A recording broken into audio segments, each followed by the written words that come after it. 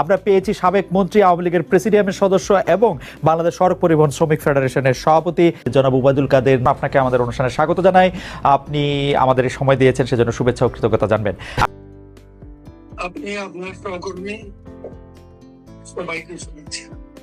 জনাব ওবায়দুল কাদের, আমরা একটু আপনার কাছ থেকে এটিও জানতে চাইবো, আওয়ামী লীগের হাজারো নেতাকর্মী পালিয়ে গেছেন ভারতে, ঢাকার বদলে যেন কলকাতায় তারা সভা করছেন, মত বিনিময় করছেন, উদ্যানে আড্ডা দিচ্ছেন, ঘরের মাঠে বাদাম চিবুচ্ছেন। যে শেখ হাসিনার পার্লামেন্ট নাকি এখন কলকাতায়, শেখ হাসিনার ক্যাবিনেট সদস্যরা কি সত্যি এখন দিল্লিতে? জনাব ওবায়দুল কাদের, এই বিষয়টি আপনার কাছ থেকে একটু জানতে চাইবো আমরা। আপনি এটা না জেনে বলবেন না, আমার কাছে জানবেন তো। যারা নিষিদ্ধ করেছে বাংলাদেশের জনগণ অচিরেই তাদের নিষিদ্ধ করবে। এই নিষিদ্ধ করা আওয়ামী লীগের জন্য ব্যবহার হয়েছে। আমাদের নেত্রী জনপ্রিয়তা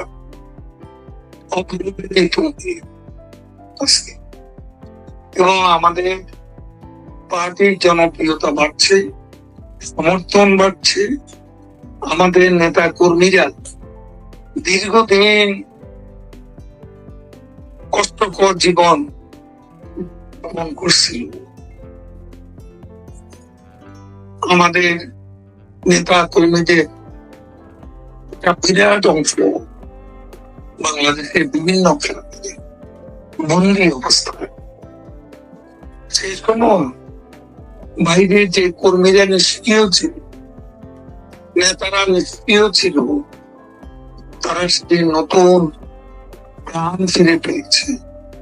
আওয়ামী লীগকে নিষিদ্ধ করে আমাদের পার্টি আরো সক্রিয় দেখুন যে মিছিল দিচ্ছে বাংলাদেশে হচ্ছে, প্রতিদিনই অনেক মিছিল হচ্ছে। এটা কেবল বাড়ছে, মিছিলের উপস্থিতিও বাড়ছে, মিছিলের সংখ্যা বাড়ছে।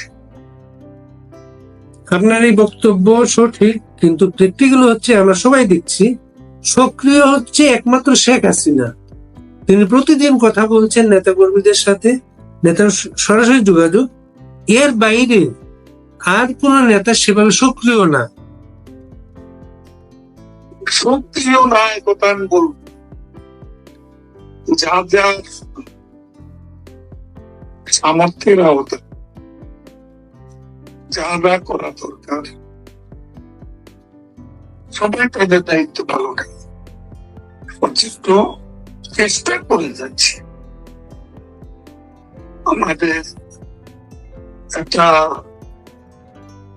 ভয়াবহ ঘটনার পর সবকিছু সামাল দেওয়া, তারপরে আমাদের নেতারা কর্মীরা সবাই কাজ করে যাচ্ছে।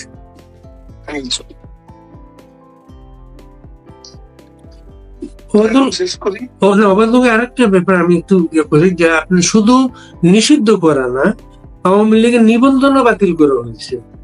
বাংলাদেশে সবাইকে নিয়ে একটা নির্বাচনের জন্য আন্তর্জাতিক একটা বক্তব্য আছে, সব মহলে একটা চাপ আছে। কিন্তু এই সরকার তারা আপনার নিবন্ধন বাতিলের মাধ্যমে এমন একটা নির্বাচনের পথে অগ্রসর হচ্ছে যেখানে আওয়ামী লীগ অংশ নিতে পারবে না।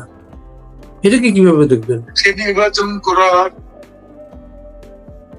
মতো তাদের যে স্বপ্ন, ওই স্বপ্ন তো না হতে পারে, সেই স্বপ্ন তারা সফল করতে পারবে।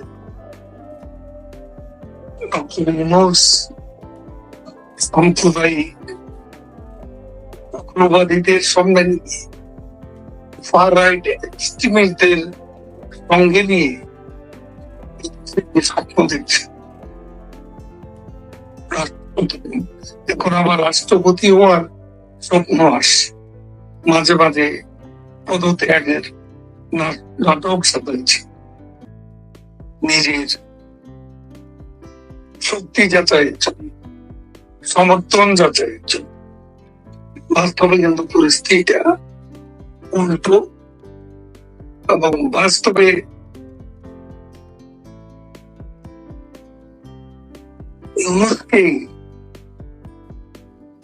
তার এই অপকর্মে জন্য তাকে চরম মূল্য দিতে যে আদালতে আপনারা যুদ্ধাপরাধীদের বিচার করেছিলেন, সেই আদালতে তারা আপনাদের বিচারের উদ্যোগ নিয়েছে। যে যে যুদ্ধাপরাধীদের ফাঁসি দেওয়া হয়েছে, সেই আদালতে তারা শেখ হাসিনাকে ফাঁসি দিতে চায়, আপনাকে ফাঁসি দিতে চায়। কিভাবে মোকাবেলা করবে? আমার তো 212টা কেস, খুনের মামলা, আমাদের যাচ্ছে 400 বেশি, ওটা ক্রমবদ্ধ পরিবারের প্রায় সকলেই মামলা, সেটা সংস্কার, জয়, পদু, তারপরে ববিন, রূপকুমারী, সকলে আসতে মামলা, সকলের বিরুদ্ধে মামলা দায়ের করা হয়েছে।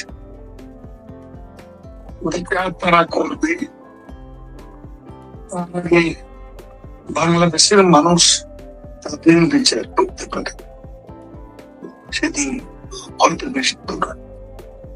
এই আদালতে বিচারটা মোকাবেলা করার জন্য কোন আইনজীবী প্যানেল আপনারা তৈরি করেছেন? সেটা আমাদের আইনগত বিষয় দেখার জন্য যারা আছেন, বিভিন্ন বিষয়ে দায়িত্বপ্রাপ্তরা কাজ করছেন। এই বিষয়ে যারা কাজ করছেন তারা এই ব্যাপারে সক্রিয় দায়িত্ব। আপনারা বাংলাদেশের রাজনৈতিক পরিস্থিতির শিকার হয়েছেন আপনারা, আর আপনাদের কারণে ভিকটিম হলেন টিউলিপ সিদ্দিকী, যিনি ব্রিটেনে নির্বাচিত একজন এমপি এবং মন্ত্রী ছিলেন। বাংলাদেশ পরিস্থিতির কারণে তিনি ভিকটিম হয়ে গেলেন। না, তিনি অবশ্যই টিউলিপ অবশ্যই দিচ্ছি, এটা তো সত্য। এগুলো তো আমি আমাদের দলের অস্বীকার করছি, সেটা শুধু প্রশ্ন, মনে করেন আপনার কথা যেভাবে এসেছে আপনার ইন্টারভিউতে, একটা মিরাকল, কিন্তু এটা কি একটা মব তৈরি হয়েছিল, কি একটা বিশৃঙ্খল একটা পরিস্থিতি, সেই পরিস্থিতিতে আপনার জীবন রক্ষা পেয়েছে, সেটা জীবন রক্ষা পেয়েছে, আপনি আত্মরক্ষা করতে পারিনি। সেদিন আমি এত কাছাকাছি ছিলাম মৃত্যুর, ভেবেছিলাম জীবনের এখানেই হয়তো সমাপ্তি। তারপরও আল্লাহর রহমত, আমাকে যারা ভালোবাসে, যারা আমার শুভাকাঙ্ক্ষী, তাদের দোয়ায় আমি সেদিন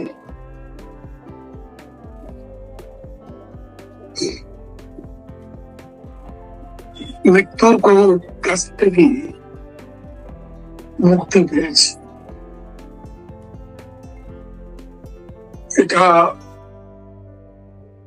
এটা কোনো গল্প নয়, এটা সত্য। যা সত্য সেটা সত্যই। এবং একদিন যারা এই নিয়ে কটাক্ষ করছেন, আমি এ নিয়ে কার কি প্রতিক্রিয়া হবে এটা না ভেবেই আমি ওই সময় ওই সংকট সন্ধিক্ষণে একটা বিষয় আমি তুলে ধরেছি।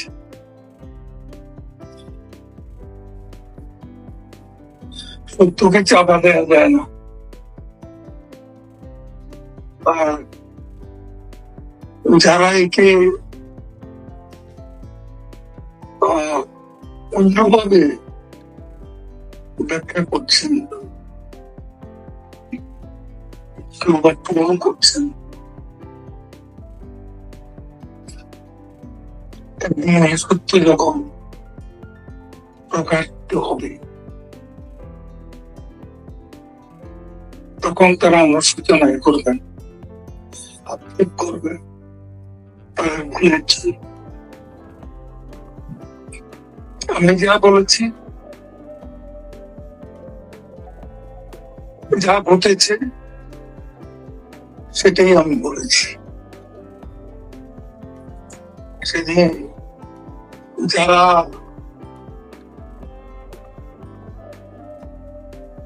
আক্রমণে এসেছিল,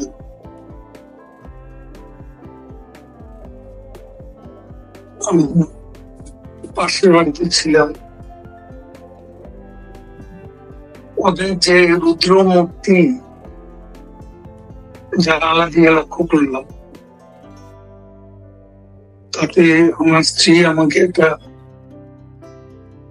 বাথরুমে নিয়ে,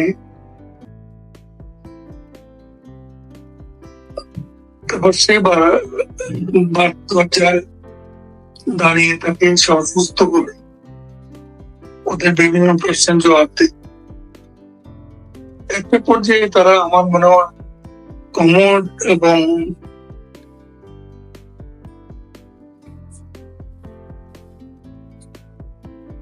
ওটা ওই বাথরুম থেকে কমোড আর বেসিনের লোভে তারা দরজা খুলতে উদ্যত হয়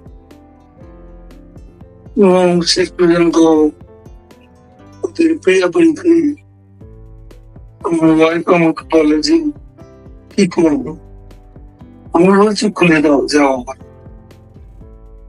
আল্লাহ দিচ্ছে। খুলে দিয়ে করে কয়েকজন লুকিয়ে আমার দিকে তাকালো, অভাব বৃষ্টি। তারা ভাবতেই পারেনি আমি ওখানে আছি। ইতিমধ্যে তারা আমার বাসা তো লুট করে এসেছে, এখানে যা কিছু আছে সব নিয়ে গেছে। গণভবনের ঘটনা পরপরই তারা সংসদ এলাকায় তাণ্ডব ছিল।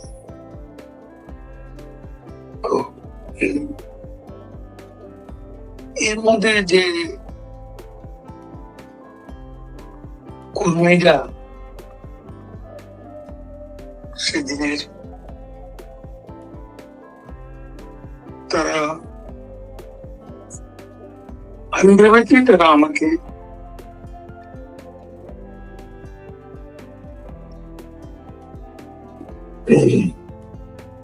হয়তো এখনই আক্রমণ করবে, কিন্তু সেটা হলো না। তারা আমাকে বলে প্রতি আমাদের রাগ ছিল, কিন্তু আমরা মুখোমুখি হয়ে আমাদের আমাদেরকে সেলফি তুলতে দেবেন। আমাকে আমি বললাম হ্যাঁ তুলতে পারবো, আমি ছবি তুলতে পারবো, হ্যাঁ তোমরা চাইলে তুলো। এটা তারা খুব উৎসাহের সঙ্গে ছবি তুলবো। তারপর আমাকে বলবো আপনি কোথায় যাবেন, দেখি কোথায় যাই। তখন মধ্যের মধ্যে একটা গ্রুপ হলো, আপনাকে আপনি হাতে তুলে দিন।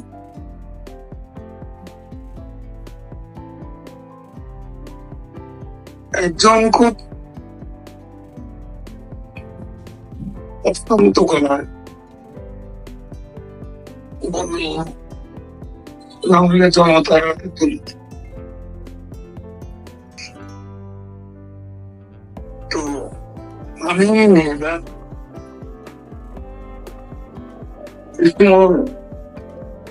আমার প্রতি সমানতার প্রতিশীল লোকজনই বেশি ছিল।